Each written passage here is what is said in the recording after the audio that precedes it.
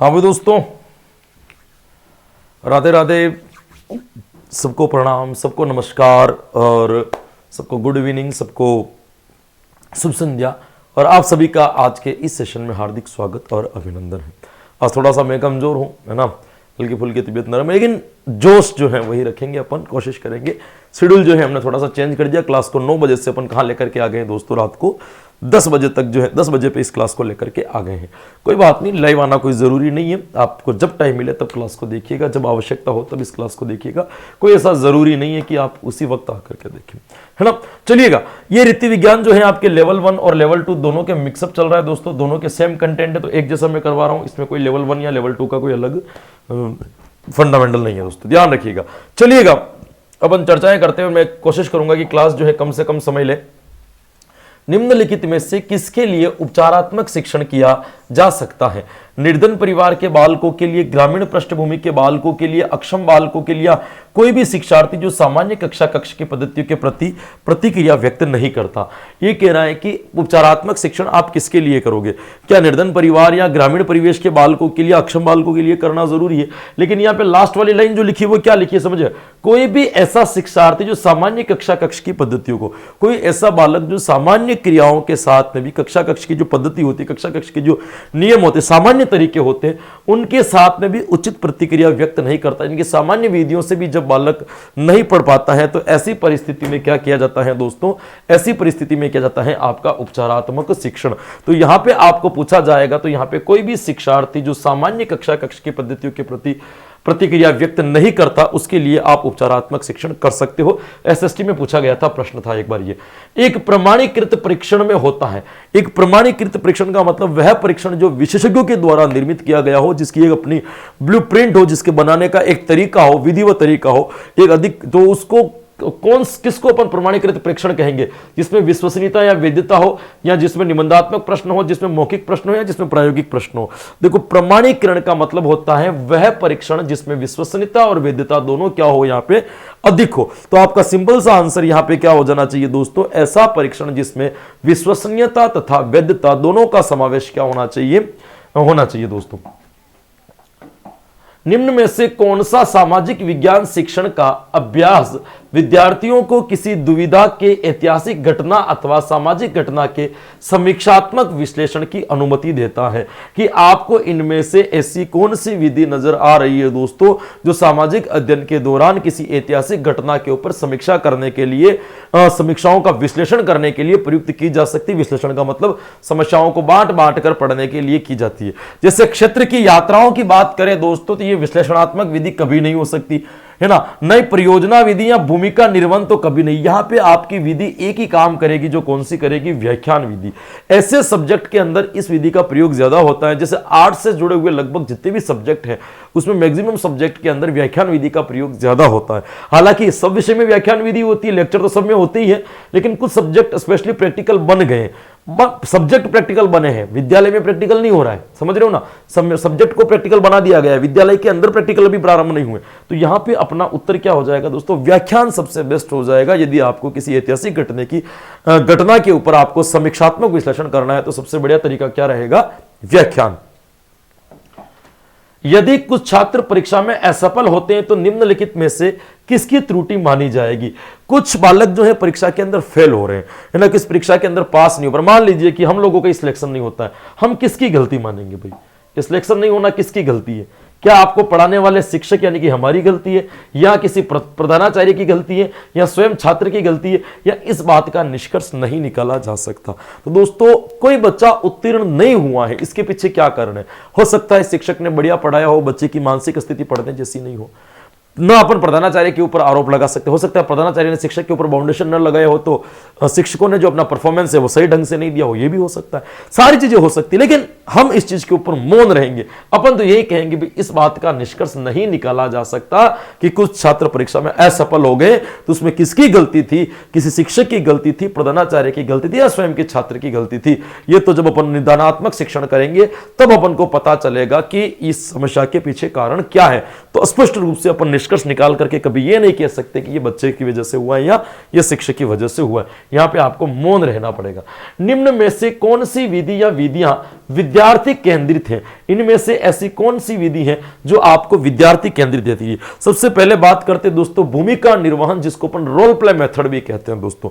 बिल्कुल student related है दोस्तों। यहां पे सेंटर में जो होता है वो स्टूडेंट होता है, क्योंकि रोल प्ले जो करता है वो कौन करता है? आपका विद्यार्थी करता है। तो भूमिका निर्वहन विधि तो कौन सी हो जाएगी? आपके विद्यार्थी केंद्रित हो जाएगी। सूझ या मस्तिष्क विचार या ब्रेनस्टॉर्मिंग विधि की अपन बात करें दोस्तों, तभी ये भी विद्यार्थी केंद्रित है। समस्या समाधान विधि भी विद्यार्थी केंद्रित है। सहयोगशील या समवाय दिगम की बात करें अपन दोस्तों, सहयोग प्रणाली की बात करें तो ये भी बिल्कुल सही। तो यहां पे जितनी भी विधियां हैं, भूमिका निर्वहन, सूझ मस्तिष्क विधि, समस्या समाधान और सहयोग अधिगम प्रणाली, ये सारी की सारी जो है आपके कौन सी हैं दोस्तों? केंद्रित। यानी कि यहां पे चारों ऑप्शन आपके क्या माने जाएंगे? सही माने जाएंगे। कूट होने चाहिए थे, यहां पे कूट लगाए नहीं। सामाजिक विज्ञान शिक्षण की मुख्य समस्या क्या है? देखो, सभी विषय की मुख्य समस्या समान है। कोई सामाजिक विज्ञान की अलग नहीं है कि कोई गणित की अलग नहीं है, कोई विज्ञान की अलग नहीं है, कोई हिंदी की अलग नहीं है।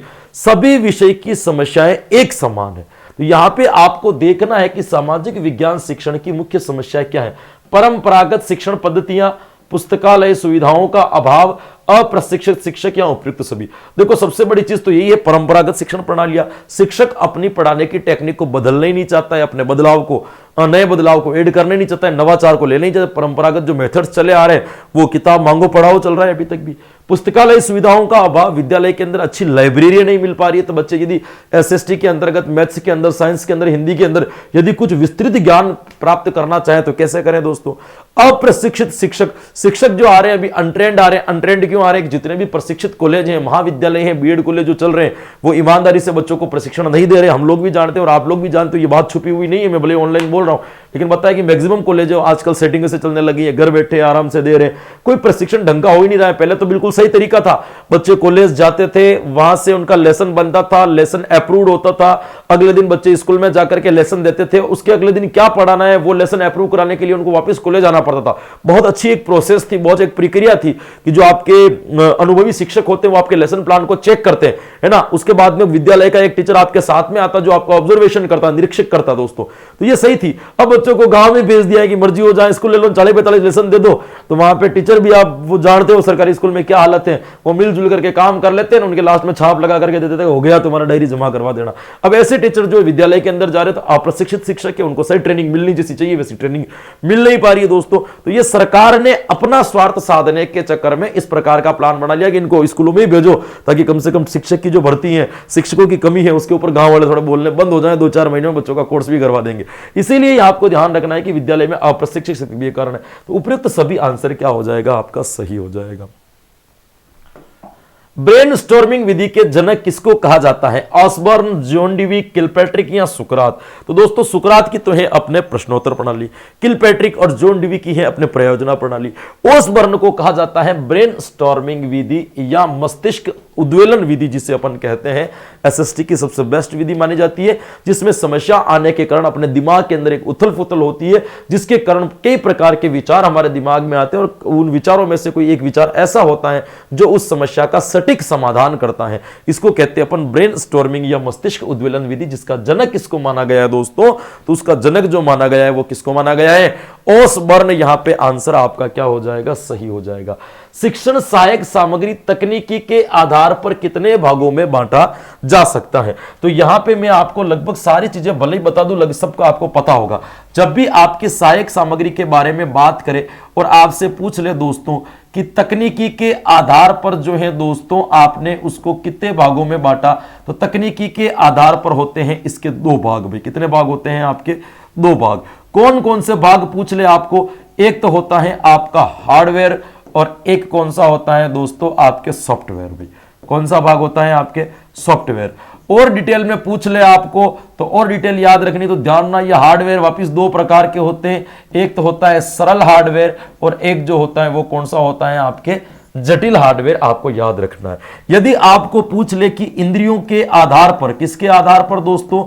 इंद्रियों के आधार पर सहायक सामग्रियों को कितने भागों में बांटा गया है, तो यहां पे याद रखना है 3 भागों में बांटा गया है। एक होता है श्रव्य, एक होता है दृश्य, और एक सामग्री कौन सी हो जाएगी आपके श्रव्य और कौन सी हो जाएगी आपके दृश्य हो जाएगी। ये आपको क्या करना है दोस्तों, याद रखना है। फिर आपको पूछ लिया जाए कि आपको प्रक्षेपण के आधार पर सहायक सामग्रियों के कितने प्रकार होते हैं, तो प्रक्षेपण के आधार पर पूछ ले दोस्तों, तो प्रक्षेपण के आधार पर भी आपको क्या याद रखने, दो प्रकार याद रखने। कौन कौन से याद रखने, एक याद रखना है आपको प्रक्षेपी सामग्री, और एक कौन सी याद रखोगे आप, अप्रक्षेपी सामग्री आपको क्या करनी है यहां पे याद रखनी है। फिर आपको पूछ ले भाई एनसीईआरटी ने कितने बताए दोस्तों, तो एनसीईआरटी ने कितने बताए, तो दोस्तों कितने याद रखने हैं आपको। एनसीईआरटी के अनुसार शैक्षिक सामग्री 6 प्रकार की होती है, ग्राफिक सामग्री, डिस्प्ले जिसको अपन कहते हैं प्रदर्शन सामग्री, श्रव्य सामग्री, प्रक्षेपी सामग्री, त्रिआयामी सामग्री, और आपकी हो जाएगी प्रत्यक्ष या आपको प्रत्यक्ष अनुभव, या जिसको अपन कह सकते हैं कि वास्तविक सामग्री, रियल ऑब्जेक्ट्स,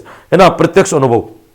तो यहां पे आपकी सामग्री के 6 प्रकार जो है एनसीईआरटी ने बताए, इंद्रियों के आधार पर 3 प्रकार, तकनीकी के आधार पर 2 प्रकार, और प्रक्षेपण के आधार पर भी 2 प्रकार। ये प्रकार आपको क्या करने, याद रखने। तो इन्होंने कहा कि तकनीकी के आधार पर कितने प्रकार की होगी दोस्तों, 2 आंसर सही हो जाएगा, हार्डवेयर और कौन सा हो जाएगा आपके सॉफ्टवेयर जो वाले भाग हो जाएंगे। जैसे चार्ट मॉडल वगैरह ये सॉफ्टवेयर वाले भाग आते हैं, हार्डवेयर में रेडियो टेलीविजन जो आते हैं ये हार्डवेयर वाले भाग होते हैं।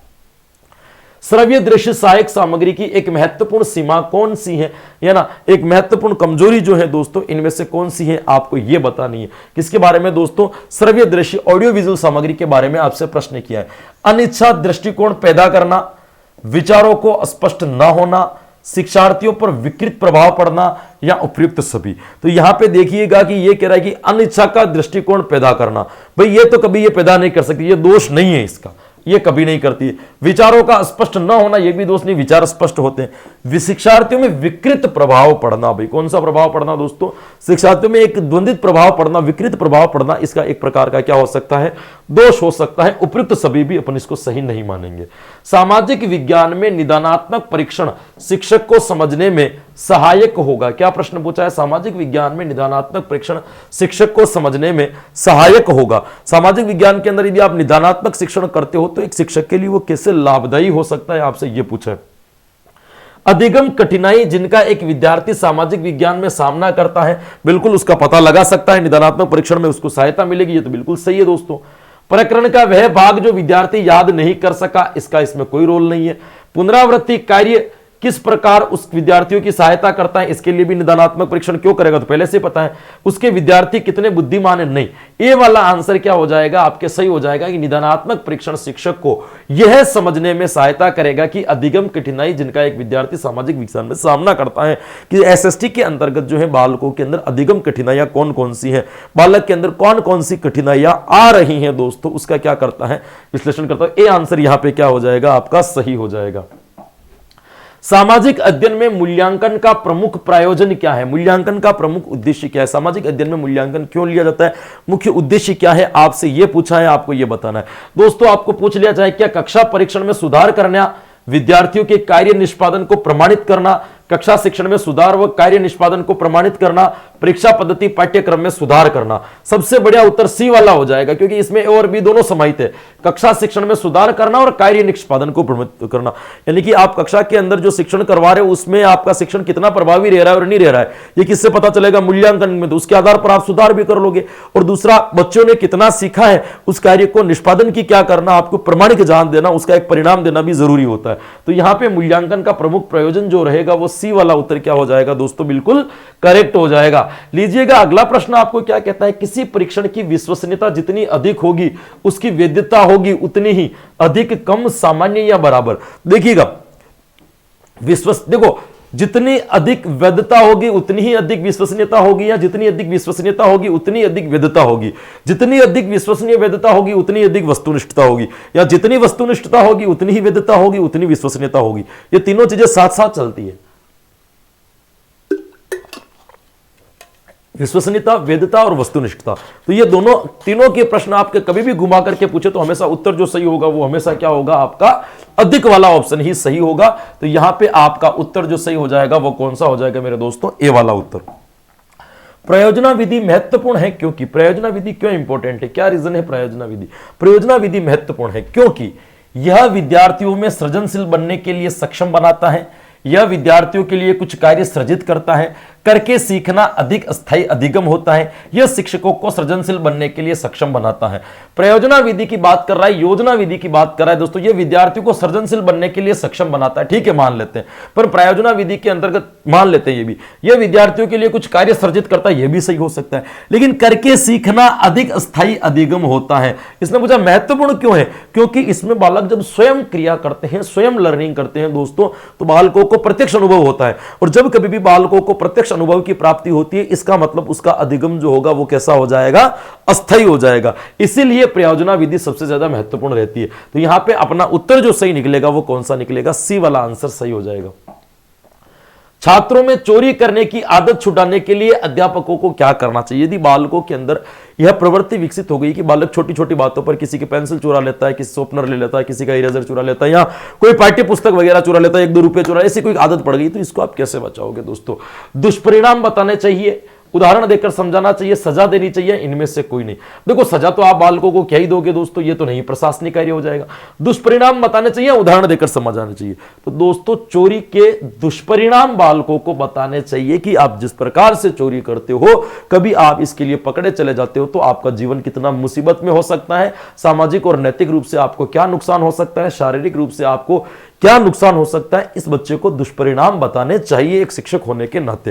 तो यहां पे अपना उत्तर क्या सही हो जाएगा कि बालकों को चोरी की आदत छुड़वाने के लिए उसके क्या बताने चाहिए, जो आपके यूं कह सकते हो कि सकारात्मक नहीं, उसकी जो नकारात्मक दृष्टिकोणिता जितनी भी है उसको बालकों के सामने स्पष्ट करना चाहिए। तो आपका सही उत्तर क्या हो जाएगा मेरे दोस्तों? ये हो जाएगा। उसके बाद में बात करते हैं दोस्तों, निम्नलिखित विधियों में से कौन सी विधि उच्च प्राथमिक स्तर पर भूगोल शिक्षण के लिए सर्वाधिक उपयुक्त रहेगी? यदि आपको 6ठी से 8वीं क्लास के बीच में भूगोल विषय पढ़ाना है, ज्योग्राफी आपको पढ़ानी है, तो इसमें से आप कौन सी विधि का प्रयोग करोगे? देखो वाद विवाद विधि तो ज्योग्राफी में क्या ही करोगे, और परिचर्चा से कभी भी जो पढ़ाया जा सकता है लेकिन इतना नहीं। कहानी कथन भूगोल में कभी नहीं होगी। सबसे बढ़िया उत्तर हो जाएगा क्षेत्र पर्यटन।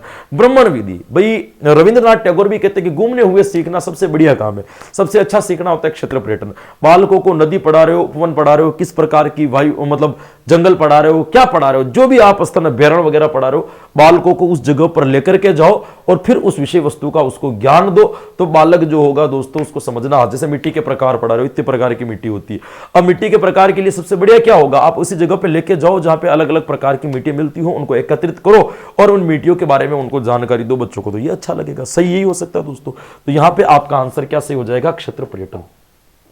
सामाजिक विज्ञान कक्षा में विवादास्पद मुद्दों को पढ़ाने के दौरान आपको यह चाहिए कि यदि आपने कक्षा के विद्यालय के अंदर कभी कभी आप टीचर बनोगे तो ये चीजें आपके अंदर आएगी, आपको कभी वो चीज बोलनी पड़ती जो विवादास्पद होती है। तो यदि आपको कोई चीज कक्षा में विवादास्पद मुद्दा पढ़ाना है तो उसके लिए आपको क्या करना चाहिए? विवादास्पद मतलब जो कोई विवाद में चल रहा है कि क्या सही है और क्या चाहिए, है ना। तो यहां पे आपको देना, उन्हें कभी कभी उठाए और संक्षिप्त में चर्चा करनी चाहिए, या गरिमापूर्ण चर्चा शुरू करने के लिए उन्हें उचित योजना से उठाए। सबसे बढ़िया से देखो, विवादास्पद कोई बात आप क्लास में, ये क्या सही है और क्या सही आपको उठाना चाहिए, लेकिन ध्यान रखना चाहिए कि एनवायरमेंट जो है गरिमापूर्ण होना चाहिए। चर्चा जो हो रही है वो कैसी होनी चाहिए? चर्चा जो हो रही है वो कैसी होनी चाहिए? गरिमापूर्ण। बहस नहीं होनी चाहिए, लड़ाई झगड़े नहीं होने चाहिए। इसके लिए एक योजना बना करके, एक माहौल दे करके उस बात को क्या करनी चाहिए, आपको उठानी चाहिए। सीधा आप क्लास में जाकर के कुछ भी बात नहीं कर सकते, चाहे आप जैसे जातिवाद की कोई बात हो गई, किसी चीज को लेकर के सीधी सीधी आप क्लास में नहीं बोल सकते। उसकी एक योजना बनानी पड़ेगी, एक तरीका बनाना पड़ेगा, फिर क्लास में आपको उस चीज को क्या करना पड़ेगा, प्रेजेंट करना पड़ेगा, ताकि बालक उस गरिमापूर्ण उस विषय के ऊपर पहले आपको माहौल बनाना पड़ेगा, कितना सही है क्या गलत है, फिर बच्चों के बाद में ये मुद्दा रखना पड़ेगा कि ये मुद्दा कितना सही और क्या गलत है। सीधा नहीं बताओ, है ना, कभी कभी भारी पड़ जाता है। तो यहां पे आपको ध्यान रखना है। तो गरिमापूर्ण चर्चा शुरू करने से उचित योजना से उसको क्या करना चाहिए, आपको उठाना चाहिए सीधा सीधा, क्योंकि वक्त निकल जाए तो दिक्कत हो जाए। जैसे महाराज है ना आपके बागेश्वर धाम वाले, है ना, कौन से शास्त्री जी, नाम भूल गए, अभी वो विवादित में आ रहे हैं ना, कुछ कारण हुआ था, उनके पास में कोई निरीक्षण करने वाले या अवलोकन वाले या साइकोलॉजिस्ट वगैरह जो है उनके पास में पहुंच गए थे। तो वो लोग जो अपना जो दरबार लगता था वो दरबार लगाने की बजाय छोड़ करके, कथा छोड़ करके वो चले गए थे। अच्छा, उनको प्रश्न पूछ रहे थे, वो उससे बचने की कोशिश भी कर रहे हैं, लेकिन वो उस वक्त वहां पे नहीं थे, क्योंकि उनको लगना था कि मुझे कहीं पकड़ में नहीं आ जाओ। तो आप क्लास में जाके सीधा ऐसे थोड़ी बोल सकते हो कि वो धीरण शास्त्री जो भी है, सॉरी मैं नाम मेरे दिमाग से निकल रहा है उनका, जो भी शास्त्री जी है वो गुरुजी, वो कथा छोड़ करके भाग गए थे। आप क्या कहते हैं, उनके पास में कुछ नहीं है, वो ढोंग करते, ऐसा नहीं बोल सकते हो आप क्लास में। यदि आप ऐसा बोलोगे तो हो सकता है उनको कोई भक्त वगैरह हो तो उठ करके आपको बहस करने लग जाए। तो पहले आपको विश्वास और अंधविश्वास की कुछ बातें रखनी पड़ेगी, एक योजना बनानी पड़ेगी, फिर धीरे से गुरुजी का नाम बीच में डालना पड़ेगा। तो बच्चे क्या करेंगे, उस चीज को आसानी से समझ सकेंगे। चलिएगा, सामाजिक अध्ययन की परियोजना का उपक्रम करने के लिए आप सबसे पहले किस चरण का पालन करेंगे? सामाजिक अध्ययन में परियोजना का आपको विधि को पढ़ाना है तो सबसे पहले क्या करोगे दोस्तों? ऑप्शन एक, योजना बनाना, चयन करना, परिस्थिति उपलब्ध करना या क्रियान्वयन करना। देखिए, सबसे पहला काम होता है परिस्थिति का निर्माण करना, फिर होता है आपकी योजना का चयन करना, फिर होता है कार्यक्रम का निर्धारण करना, और फिर उसको क्या करना होता है, क्रियान्वयन करना, और उसके बाद में क्या होता है आपके उसका योजना का संचालन, मूल्यांकन करना। तो सबसे पहले आता है दोस्तों परिस्थिति को उपलब्ध करना, सबसे उत्पन्न करना, कि यदि आपकी परिस्थिति ही उपलब्ध नहीं है, उत्पन्न करना है ना, परिस्थिति उत्पन्न करना। यदि आपकी परिस्थिति ही नहीं बनी है योजना जैसी, प्रोजेक्ट जैसे, तो आप कैसे ऐसे बालकों को कभी भी प्रोजेक्ट कार्य नहीं दे सकते हो। तो यहां पे आपका सही आंसर सी हो जाएगा। अध्यापन के दौरान पाठ्य सामग्री को समझाते समय शिक्षक जिन जिन सामग्रियों का प्रयोग करता है वह क्या कहलाती है? शिक्षण सहायक सामग्री, क्रियाकलाप सहायक सामग्री, उपयुक्त में से कोई नहीं या उपयुक्त दोनों। भाई शिक्षण के दौरान आप जो जो सहायक सामग्री का प्रयोग करते हो वो सारी सामग्री किसमें आएगी दोस्तों? शिक्षण सहायक सामग्री मानी जाएगी, जो आपके शिक्षण में क्या करती है, सहायता करती है, जो आपके शिक्षण को आसान, प्रभावी और जो है एक क्रिएटिव बनाती है। निम्नलिखित में से कौन सा क्रियाकलाप सहायक सामग्री का नहीं है? इनमें से आपको बताना है कि ऐसा कौन सा क्रियाकलाप है जो आपके टीएलएम को दोस्तों प्रदर्शित नहीं करता है। जैसे क्षेत्र भ्रमण एक प्रकार की बात की जाए तो मैंने आपको पहले से ध्यान रखना, भ्रमण विधि एक ऐसी विधि है जिसके अंदर तीनों चीजें अपने आप में समाहित रहती है। क्या क्या समाहित रहती है दोस्तों? इसके अंदर आपकी पाठ्य पुस्तक या पाठ्य वस्तु भी इसके अंदर क्या रहती है, आपके समाहित रहती है। ये अपने आप में एक प्रकार की सहायक सामग्री भी है। आपको क्या करना है दोस्तों, ध्यान रखना है, और ध्यान रखना है कि यह अपने आप में एक प्रकार की शिक्षण विधि भी है। तो भ्रमण विधि एक ऐसी विधि है जिसके अंदर विषय वस्तु, सहायक सामग्री और शिक्षण विधि तीनों समावेश होते हैं। तो ये तो बिल्कुल सही होगा। प्रयोग विधि भी आपकी बिल्कुल सही है, प्रयोग कराना भी एक प्रकार की विधि है, सही बिल्कुल। नाटक विधि भी आपकी सही है। अनुभव जो है दोस्तों, आपके एक्सपीरियंस जो है, अनुभव जो है दोस्तों, वो आपके टीएलएम के अंदर नहीं आएंगे, आपके जो है इस सामग्री के अंतर्गत जो दोस्तों नहीं आएंगे। तो अनुभव को अपन किसी भी सहायक सामग्री के रूप में नहीं लिख सकते भाई, ठीक है। निदानात्मक परीक्षण के संदर्भ में सत्य कथन कौन सा है? निदानात्मक परीक्षण की बात करें, जब समस्याओं के कारणों का पता लगाना हो उस वक्त इन 4 लाइन में से आपको बताना है कि कौन सी लाइन आपको सही लग रही है। संपूर्ण पाठ्यक्रम पर आधारित प्रश्न होते हैं, क्षेत्र व्यापक होते हैं, प्रश्नों के उत्तरों पर अंकन किया जाता है, यह परीक्षण विश्लेषणात्मक होता है। देखो, पाठ्यक्रम, संपूर्ण पाठ्यक्रम पर आधारित प्रश्न क्यों होंगे? जो बालक की समस्या होगी उनके आधार पर आप निदान पूछोगे, है ना। क्षेत्र व्यापक नहीं होता है, ये नहीं। यहां पे आपका उत्तर है कि यह परीक्षण हमेशा विश्लेषणात्मक होता है, यानी कि यहां पे बालकों की समस्याओं को पहले विश्लेषित किया जाता है कि कहां कहां बालकों को समस्याएं आ रही है, उसी के अकॉर्डिंग पाठ्यक्रम, उसी के अकॉर्डिंग उनकी व्यापकता होती है और उसी के अकॉर्डिंग जो है उनका मूल्यांकन लिया जाता है या परीक्षण लिया जाता है। तो यहां पे आपका उत्तर जो सही निकलेगा मेरे दोस्तों, वो कौन सा निकलेगा? यह परीक्षण कैसा होता है? आपका विश्लेषणात्मक होता है। डी आंसर यहां पे सही हो जाएगा। एक उत्तम परीक्षण होना चाहिए, विश्वसनीय, वेद विभेदकारी या उपयुक्त सभी। देखिए, एक उत्तम परीक्षण वही होता है जिसके अंदर परीक्षण की या मूल्यांकन की सभी विशेषताओं का समावेश हो। मैंने आपको पहले बता रखा है कि मूल्यांकन की 5 विशेषता महत्वपूर्ण होती है। वस्तुनिष्ठता, जिसमें उत्तर की समानता होती है, वैधता, जिसमें उद्देश्य निर्धारित होते हैं, विभेदकारिता, जो अलग अलग प्रकार से बालकों का भेद कर सके, व्यापकता, जिसमें संपूर्ण पाठ्यक्रम का समावेश हो, और एक होती है आपकी विश्वसनीयता। और विश्वसनीयता के अंतर्गत क्या चीज आती है दोस्तों? आपके अंकों की समानता। तो यहां पे आपका उत्तर जो सही हो जाएगा वो कौन सा हो जाएगा? उपयुक्त सभी। सतत एवं व्यापक मूल्यांकन की शुरुआत ने मूल्यांकन व्यवस्था को, यदि सीसीई की जैसे शुरुआत होती है तो उसने मूल्यांकन व्यवस्था को कैसा बना दिया, क्या कर दिया है मूल्यांकन व्यवस्था के अंतर्गत? ऑप्शन 1, बालक के संपूर्ण व्यक्तित्व को अधिक प्रदर्शित करने वाला बताया है। बिल्कुल सही है कि किसी एक भाग के ऊपर जोर न देकर के सीसीई ने व्यक्तित्व के सभी भागों के ऊपर जोर दिया कि केवल अब शैक्षिक गतिविधि ही इंपोर्टेंट नहीं होती है, शैक्षिक गतिविधियां भी जीवन के लिए क्या होती है? महत्वपूर्ण होती है। तो बिल्कुल सत्य है दोस्तों। बहुत अधिक विवरण को सम्मिलित करते हुए जटिल बनाता है, यह बिल्कुल नहीं होगा। अस्पष्ट बनाया है, इसको तो पहली लाइन से काट दो। केवल शैक्षणिक क्षेत्रों का निष्पादन या विश्लेषण करता है, नई सीसीई सह शैक्षिक गतिविधियों का भी उत्पादन करता है। तो यहां पे अपना उत्तर जो सही निकल करके आ रहा है दोस्तों, वो कौन सा निकल करके आएगा? पहले वाला। सामाजिक अध्ययन के किसी बड़े टॉपिक के सिंहावलोकन हेतु निम्नलिखित में से कौन सी शिक्षण विधि सर्वाधिक उपयुक्त होगी? कोई बड़ा टॉपिक है जिसको पढ़ना है। सिंहावलोकन का मतलब होता है घूम करके वापस उस टॉपिक पर आना। कोई बड़ा टॉपिक के लिए आपको टुकड़ा टुकड़ा करके पढ़ाना पड़ेगा, तो दूसरा टुकड़ा पढ़ाया वापस मेल टॉपिक पे आना, तीसरा पढ़ाया वापस सिंहावलोकन, बार बार घूम करके वहां जाना। जैसे शेर नहीं होते, सर घुमा करके पूरा वापस वहीं, तो सिंहावलोकन घूम फिर करके वापस उसी टॉपिक पर जाना। यदि आपको ऐसी सिंहावलोकन एक छंद भी होता है हिंदी के अंतर्गत, सामाजिक अध्ययन के किसी बड़े टॉपिक के अंदर सिंहावलोकन यदि आपको हेतु निम्नलिखित में से कौन सी शिक्षण विधि सर्वाधिक उपयुक्त रहेगी? परियोजना विधि, सहपाठी, समस्या समाधान या व्याख्यान विधि। देखिए, परियोजना, सहपाठी या समस्या समाधान विधि, सहपाठी तो खैर कोई रोल ही नहीं है इसका। परियोजना या समस्या समाधान विधि से सिंहावलोकन कभी नहीं किया जा सकता। यदि आपको उसी टॉपिक पर बार बार घूम करके वापस आना है तो फिर एकमात्र चर्चा रहेगी कि आपको व्याख्या करके पढ़ो, क्योंकि आप बोल करके भी वापस उस टॉपिक पर आ जाते हो। किसी प्रोजेक्ट के द्वारा नहीं आ सकते कि तीसरा प्रोजेक्ट दे वापस पहला प्रोजेक्ट दे गया, ऐसा हो ही नहीं सकता। इसीलिए अपना उत्तर कौन सा सही हो जाएगा? व्याख्यान विधि, चौथा वाला उत्तर सही हो जाएगा। शिक्षक के लिए सबसे बड़ी चुनौती क्या है दोस्तों? कक्षा में अनुशासन बनाए रखना कोई चुनौती नहीं थी। अब आजकल चुनौतियां आई है, पहले तो कोई चुनौतियां नहीं थी। हमारे तो पीटीआई सर आपके भी हुआ करते थे, है ना। पीटीआई सर थे क्लास के अंतर्गत, जैसे बच्चे हल्की बुल्की आवाज करते वो दौड़ करके आते हैं, आगे एक दो चार आगे वालों के, दो चार पीछे वालों के, दो चार बीच वालों के क्या मार देते, थपड़े मार दे। पूरी क्लास दिन भर के लिए साइलेंट, कोई कुछ नहीं बोलेगी, बन गया अनुशासन, तो कोई दिक्कत नहीं थी। आजकल के टीचरों को आती है ना। छात्रों से गृह कार्य करवाना कोई दिक्कत नहीं, बालकों को टीचर का वैसे भी भय होता है तो बालक गृह कार्य वैसे भी कर करके लाता है। कुछ बच्चे ऐसे निठल्ले होते हैं जो गृह कार्य से थोड़ा सा भागते हैं। मैं आपको बता दूं, ये हकीकत है।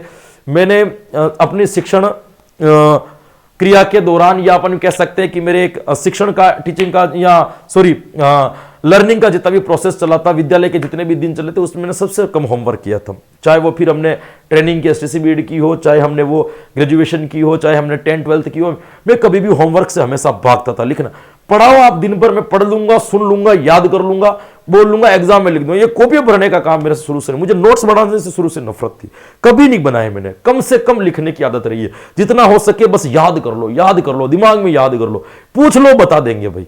लिखना जोर आता है। तो गृह कार्य करने के लिए क्या होते हैं, कुछ एक बच्चे ऐसे होते हैं जो इन चीजों से भागते, बाकी शिक्षक का भय होता है, बच्चे कर लेते हैं।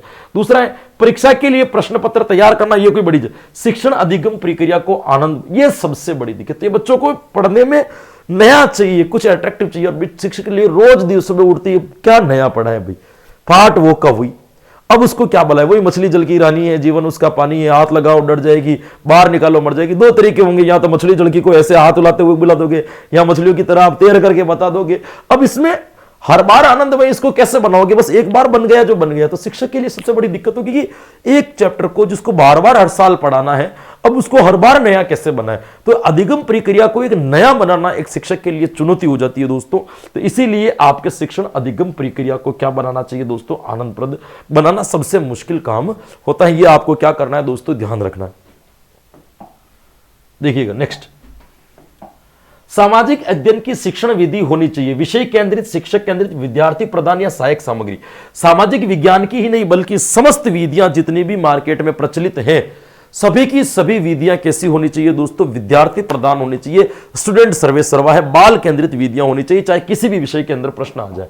यदि कक्षा में अधिकांश विद्यार्थी सीखने में असमर्थ हैं तो शिक्षक को क्या करना चाहिए। आप किसी कक्षा के अंदर पढ़ा रहे हो और आपने देखा कि आपकी क्लास में अधिकांश बच्चे ऐसे हैं जो सीखने में असमर्थ हैं या जो नहीं सीख पा रहे हैं, तो आप उस वक्त क्या करोगे दोस्तों, प्रश्नों के उत्तर ब्लैक बोर्ड पर लिख जाने चाहिए, अतिरिक्त कक्षाएं लेनी चाहिए, अपनी शिक्षण पद्धति में संशोधन करना चाहिए, या छात्रों या अभिभावकों को शिकायत भेजी जानी चाहिए। भाई शिकायत करने से तो क्या हो जाएगा, भाई एक्स्ट्रा क्लास आप बच्चों से क्यों लोगों के, पढ़ने की एक सीमाएं होती, मनोविज्ञान कहता है कि भाई 6 घंटे एक बच्चे के लिए खूब हो गए, पढ़ने के लिए बिल्कुल सही है दोस्तों। प्रश्नों के उत्तर ब्लैक बोर्ड पर लिखे जाने चाहिए, नहीं, अपनी शिक्षण पद्धति में संशोधन करना चाहिए। यदि आपको लगता है कि क्लास के अंदर अधिकांश बच्चे जो हैं आपसे, देखो मिनिमम बच्चे यदि नहीं सीख पा रहे तो कोई बात नहीं, अधिकांश बच्चे यदि आपसे नहीं सीख पा रहे तो इसका मतलब कहीं ना कहीं अपने शिक्षण पद्धति के अंदर क्या होगी दोस्तों, कोई दिक्कत होगी। शिक्षण पद्धति में हमें क्या करना पड़ेगा, बदलाव करना पड़ेगा, ये जरूरी होता है। निम्न में से ठीक है ना, ये आपके लिए, विद्यालय के लिए, ये आपके इस लाइन के, देखो आप किसी भी चीज में जाएंगे ना, जैसे जैसे शिक्षण पद्धति का बदलाव करने का मतलब क्या हो जाता है कि अट्रैक्टिव बनाना, आनंदमय बनाना। तो यदि बच्चे नहीं सीख रहे, इसका मतलब बच्चों के अंदर निरस्ता है। अब तत्परता लाने के लिए आपको क्या करना पड़ेगा, अपनी क्षमता को ही थोड़ा सा बदलना पड़ेगा। सामाजिक अध्ययन शिक्षण का प्रमुख उद्देश्य होना चाहिए। भूगोल की जानकारी देना, इतिहास का स्मरण करना, राजनीतिक स्थितियों का ज्ञान देना या सामाजिक गुणों का विकास करना। सामाजिक अध्ययन शिक्षण का प्रमुख उद्देश्य या मेन उद्देश्य क्या होना चाहिए दोस्तों? क्या सामाजिक अध्ययन का भूगोल की जानकारी देना होना चाहिए, इतिहास का स्मरण करना होना चाहिए, राजनीतिक स्थितियों का ज्ञान या सामाजिक गुणों का विकास? एसएसटी का सबसे बड़ा लक्ष्य होता है दोस्तों सवालों के अंदर सामाजिक गुणों का हमें क्या करना चाहिए, विकास करना चाहिए। डी वाला उत्तर यहां पे सही हो जाएगा। श्रव्य दृश्य सामग्री है, अवबोध में सुविधा प्रदान करती है, बिल्कुल सही है। अधिगमकर्ता के प्रत्यक्षीकरण को विकसित करने में सहायता करती है, यह लाइन भी सही है। अधिगमकर्ता की धारण शक्ति को बढ़ाती है, यह लाइन भी सही है। मतलब इस पंक्ति के अंदर तीनों ऑप्शन जो है दोस्तों बिल्कुल सही है। यहां पे आपका उत्तर क्या हो जाएगा, उपयुक्त सभी। पारंपरिक शिक्षण सहायक सामग्री में शामिल नहीं है। परंपरागत जो तरीके आ रहे हैं पढ़ाने के, परंपरागत तरीके जो आ रहे हैं दोस्तों, जो आपके शुरू से जो उत्तर आ रहे हैं दोस्तों, ट्रेडिशनल तरीके जो आ रहे हैं, उनके अंदर पढ़ाने की इनमें से कौन सी विधि नहीं है, आपको यह बतानी है। पुस्तक कब से आ रही, परंपरागत विधि कोई नई थ्योरी नहीं है। पत्रिकाएं कोई नई थ्योरी नहीं, ब्लैक बोर्ड शुरू से आ रहा है। कंप्यूटर जो है दोस्तों ये आपकी एक नवीन अनुदेशन सामग्री है दोस्तों, ध्यान रखना। कंप्यूटर जो है वो एक प्रकार की नवीन शिक्षण सामग्री है या नवीन अनुदेशन सामग्री है। यहां पे आपका उत्तर जो सही हो जाएगा वो क्या हो जाएगा, कंप्यूटर। उपचारात्मक कार्य की सफलता निर्भर करती है। यदि आप किसी बच्चे का उपचारात्मक शिक्षण कर रहे हो तो उपचारात्मक शिक्षण की सफलता किस बात के ऊपर निर्भर करती है? शिक्षक छात्रों की त्रुटियों के संबंध में कितने विस्तार से जानकारी रखता है। यह तो सबसे कि भाई उपचारात्मक का मतलब क्या होता है, त्रुटि को दूर करना।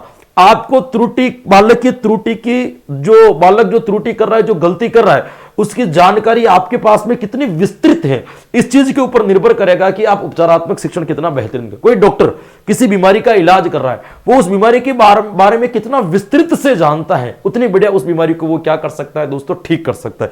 यह कथन 100% सत्य है ना।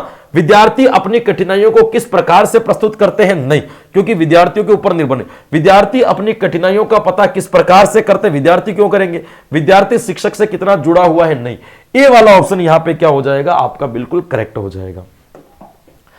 परियोजना विधि का दार्शनिक आधार क्या है दोस्तों? परियोजना विधि तो आपको ध्यान है दोस्तों जॉन ड्यूवी के, दोस्तों किसके दोस्तों, जॉन ड्यूवी का परियोजनावाद जो था उससे आपके परियोजना विधि का जन्म होता है। भाई किससे होता है? आपके जॉन ड्यूवी के परियोजनावाद से जो है दोस्तों आपके योजना विधि का जन्म होता है। तो यहां पे आपका उत्तर सही हो जाएगा। दार्शनिक आधार जो है वो क्या है, आपके परियोजनावाद। प्रोजेक्ट मेथड कहां से निकल करके आया था? परियोजनावाद। परियोजनावाद का जनक किसे कहा जाता है? तो जॉन ड्यूवी को कहा जाता है। आपको ध्यान रखना है। निम्न में से कौन से वस्तुनिष्ठ प्रकार का प्रारूप है? इनमें से, निम्नलिखित में से आपको ऐसा कौन सा प्रश्न दिख रहा है जो वस्तुनिष्ठता को दिखाता है, वस्तुनिष्ठता को प्रदर्शित करता है? बहुविकल्पी प्रश्न, जोड़े बनाओ, ए या बी दोनों, या इनमें से कोई नहीं। तो आपको ध्यान रखना है कि बहुविकल्पी प्रश्न भी आपके वस्तुनिष्ठ में आते हैं, जोड़े बनाओ भी किस में आएंगे, आपके बहुविकल्पी में। तो यहां पे आपका उत्तर जो सही निकल करके आएगा वो कौन सा हो जाएगा? ए और बी दोनों आंसर यहां पे आपके क्या होंगे, सही होंगे।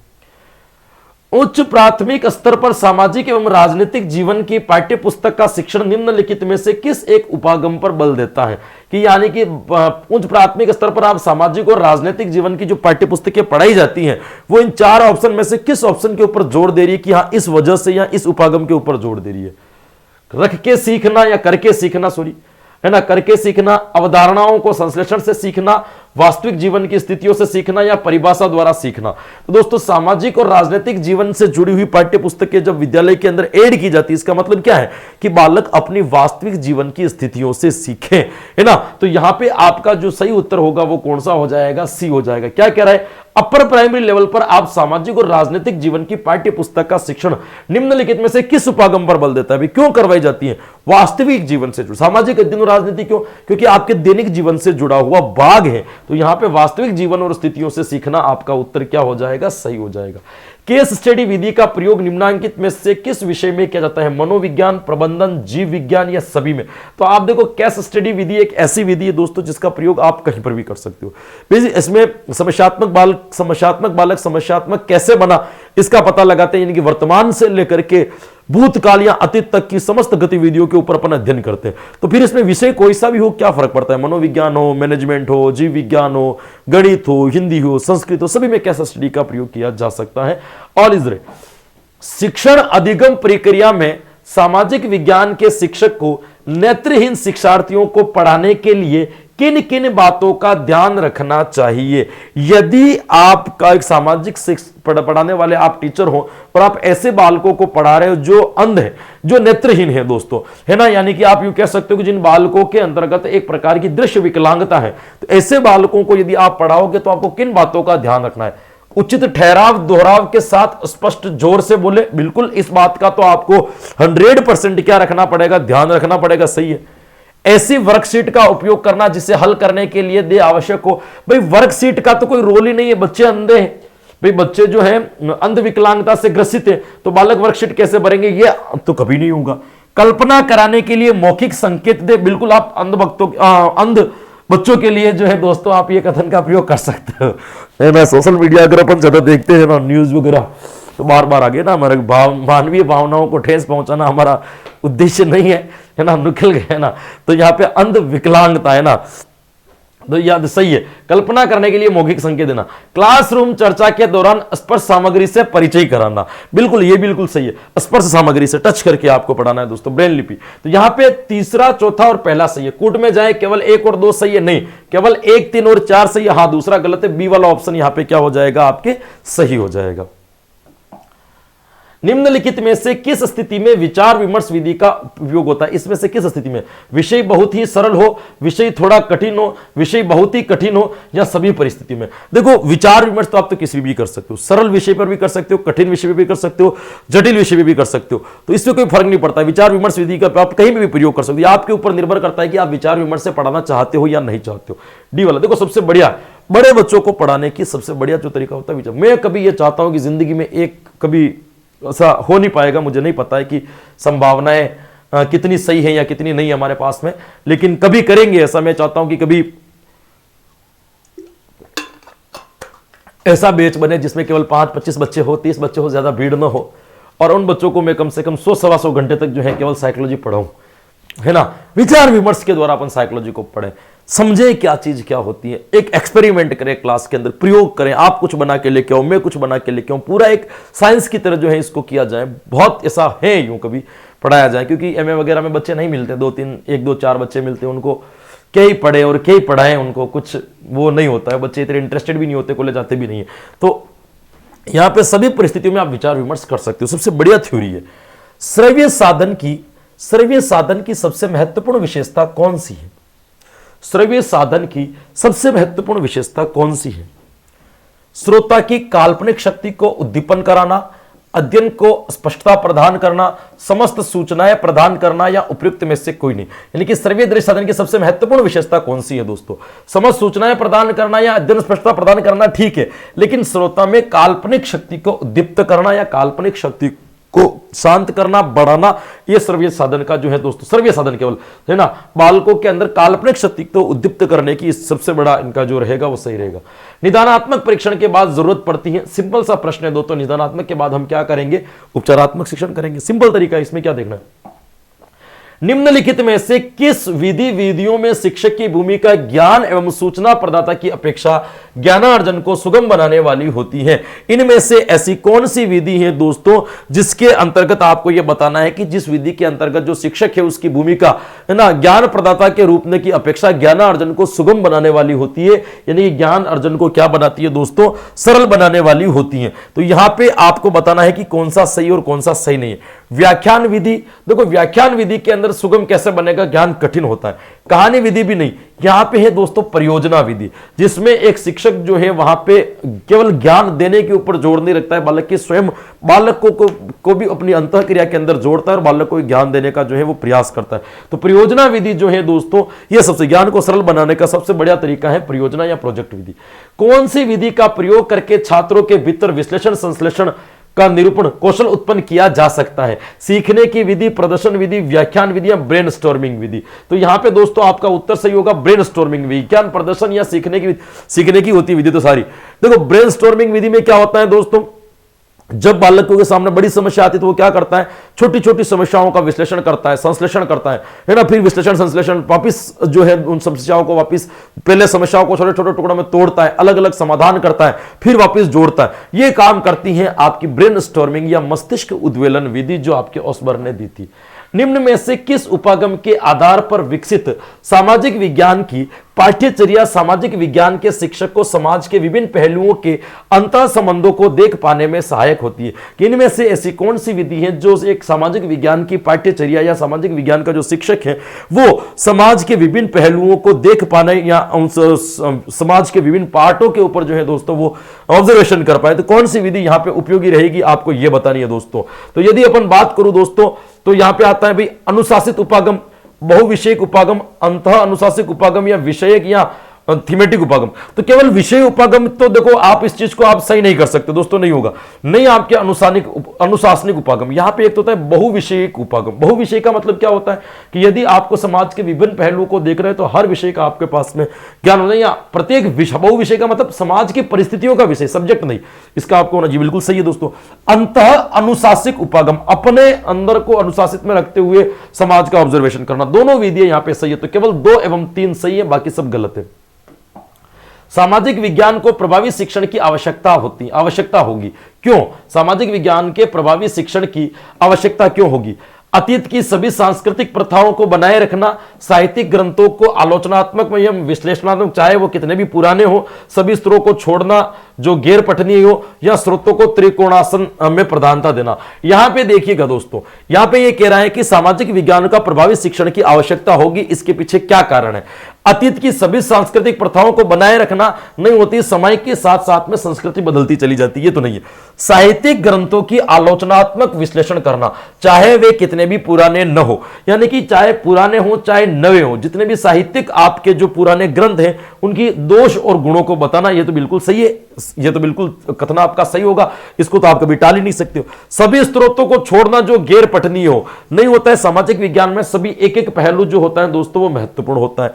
स्रोतों को त्रिकोणासन की प्रधानता देना, बिल्कुल सही है, हर त्रिआयामी रूप से प्रत्येक स्रोत को देखना। तो यहां पे दूसरा और चौथा क्या है आपका सही है, तो केवल सी वाला आंसर यहां पे क्या हो जाएगा सही, कि 2 और 4 जो है यहां पे क्या हो जाएगा सही। सफलतापूर्वक परियोजना चलाने के लिए प्रोजेक्ट में निम्न चरण पद होने चाहिए, इन्हें व्यवस्थित रूप से लगाए। आपको यह पता लगाना है कि प्रोजेक्ट विधि के जो चरण होते हैं, प्रोजेक्ट विधि के जो क्या होते हैं दोस्तों आपके सोपान होते हैं, तो इस सोपान को आपको व्यवस्थित रूप में क्या करना है दोस्तों लगाना है। जैसे अपन बात की जाए दोस्तों, सबसे पहला क्या आता है, मैंने आपको बताया था परिस्थिति को उत्पन्न करना। तो पहला तो क्या हो जाएगा आपके परिस्थिति को क्या करना दोस्तों उत्पन्न करना। फिर आपके आता है दोस्तों योजना का चुनाव करना, कि किस प्रकार की आप योजना दोगे। तो दूसरे नंबर पर क्या आ जाएगा आपके योजना का चुनाव करना। फिर कार्यक्रम बनाना और कार्यक्रम क्रियान्वय करना, क्रियान्वय नहीं है तो अपन क्या कर देंगे, तीसरे पर कौन सा आ जाएगा आपके कार्यक्रम बनाना। और चौथे नंबर पर क्या आ जाएगा आपके कार्य का मूल्यांकन करना, यानी कि पहले पे कौन सा आ रहा है चौथा, है ना, दूसरे पे कौन सा आ रहा है पहला, तीसरे पे कौन सा आ रहा है तीसरा, और अंत में कौन सा आ रहा है दूसरा। तो 4 1 3 2 ऑप्शन कहां है देखिएगा, यहां पे 4 1 3 2, ये वाला ए वाला उत्तर क्या हो जाएगा आपके यहां पे बिल्कुल सही हो जाएगा, है ना। चलिएगा, निम्नलिखित में से कौन सा अनुक्रम भारतीय उच्च शिक्षा में शिक्षण सहायक प्रणालियों के विकास को उचित प्रकार से दर्शाता है। यह कह रहा है कि यहां पे उसने सहायक सामग्रियों के अलग अलग क्रम जमा करिए, थोड़ा एंटिक प्रश्न लेकिन समझ लीजिएगा। कौन सा अनुक्रम भारतीय उच्च शिक्षा में शिक्षण सहायक समग्र प्रणालियों को विकास करता है। यदि कोई बड़े लेवल की आप उच्च शिक्षा यदि आप प्राप्त कर रहे हो, बड़ी शिक्षा, कॉलेज लेक्चरर या एसडी वगैरह की कुछ भी बड़ी शिक्षा कर रहे हो, तो इसमें शिक्षण विधियों का प्रयोग कैसे होगा। सबसे पहले दृश्य सामग्री कभी नहीं आती है दोस्तों, ध्यान रखना, क्योंकि उच्च शिक्षा में सबसे पहले श्रव्य सामग्री का प्रयोग किया जाएगा, यह आपको ध्यान रखना। तो यहां पर भी दृश्य, यहां पर भी दृश्य, इसको अपन काट देते हैं। अब यह सबसे पहले मैंने क्या किया, श्रव्य सामग्री। आईसीटी का प्रयोग हमेशा लास्ट में होता है, जब बच्चों को बिल्कुल नहीं समझ में आ रहा है तो तकनीकी सामग्री दो, है ना, ये भी नहीं होगा। तो इसका मतलब ऑप्शन एक ही बचा है, तो बिल्कुल सही है। सबसे पहले श्रव्य सामग्री दो, फिर बालक को दृश्य दो, नहीं समझ में आ रहा है फिर दृश्य श्रव्य सामग्री, फिर नहीं आ रहा है तो अंत में कौन सी आ जाएगी आईसीटी। ये क्रम जो है आपके बड़े स्तर की शिक्षा के लिए सहायक सामग्रियों का सबसे क्या होगा दोस्तों आपके बेस्ट माना जाएगा। बी वाला आंसर यहां पे क्या हो जाएगा सही हो जाएगा। शिक्षण सहायक सामग्री को कितने भागों में बांटा गया है। अभी मैंने आपको एक प्रश्न करवाया था, उस प्रश्न के अंतर्गत मैंने आपको अलग अलग भाग बताए थे कि प्रक्षेपण के आधार पर कितने हैं, इंद्रियों के आधार पर कितने हैं, है ना, आपके एनसीईआरटी के आधार पर कितने, सब बताए। लेकिन यहां पे आपको ध्यान रखना है कि जब आपका ऐसा प्रश्न आ जाए कि किसके आधार पर नहीं पूछ के सीधा सीधा पूछ ले कितने होते, तब अपना आंसर 3 ही सही होगा, जिसको अपन श्रव्य दृश्य या कौन सी कहते हैं अपन, श्रव्य दृश्य और श्रव्य दृश्य, ऑडियो विजुअल और ऑडियो विजुअल, ये अपन मानते हैं। जब कोई प्रकार नहीं पूछे, ऊपर नाम भी नहीं है, न प्रक्षेपण के आधार पर, न तकनीकी के आधार पर, न इंद्रियों के आधार पर, न एनसीईआरटी के आधार पर, ऐसी परिस्थिति में 3 आंसर क्या हो जाएगा, सही सहायक सामग्री के सामान्य प्रकार जो होते हैं वो कितने होते हैं आपके, 3। ये थे आज की क्लास के कुछ प्रश्न जिसके ऊपर अपन ने चर्चाएं की थी। 2-4 प्रश्न जो गलत प्रश्न आते हैं उसको मैं हटा देता हूं, लाते नहीं तो उसने तो 50 दिए थे, लेकिन मैंने इसको 4 कम कर दिए जो आपके सिलेबस के अकॉर्डिंग नहीं था। तो दोस्तों कल फिर मिलेंगे अपन नए प्रश्नों के साथ में, अपनी तैयारी करते रहे। और इसकी पीडीएफ जो है, आंसर पीडीएफ लेने के लिए हमारा चैनल टेलीग्राम ज्वाइन कर ले, अगले दिन सुबह जो है आपको वहां पे इसके आंसर की मिल जाएगी। आशा करता हूं कि आपको ये क्लासेस अच्छी लग रही होगी और आपकी जो तैयारी है उसमें कहीं ना कहीं दोस्तों हल्की फुल्की मदद कर रही होगी। देखते रहिए, अपनी तैयारी को मजबूत करते रहिए। कल फिर मिलेंगे नई क्लास के साथ में, नए प्रश्नों के साथ में। तब तक के लिए जय हिंद, गुड बाय, राधे राधे।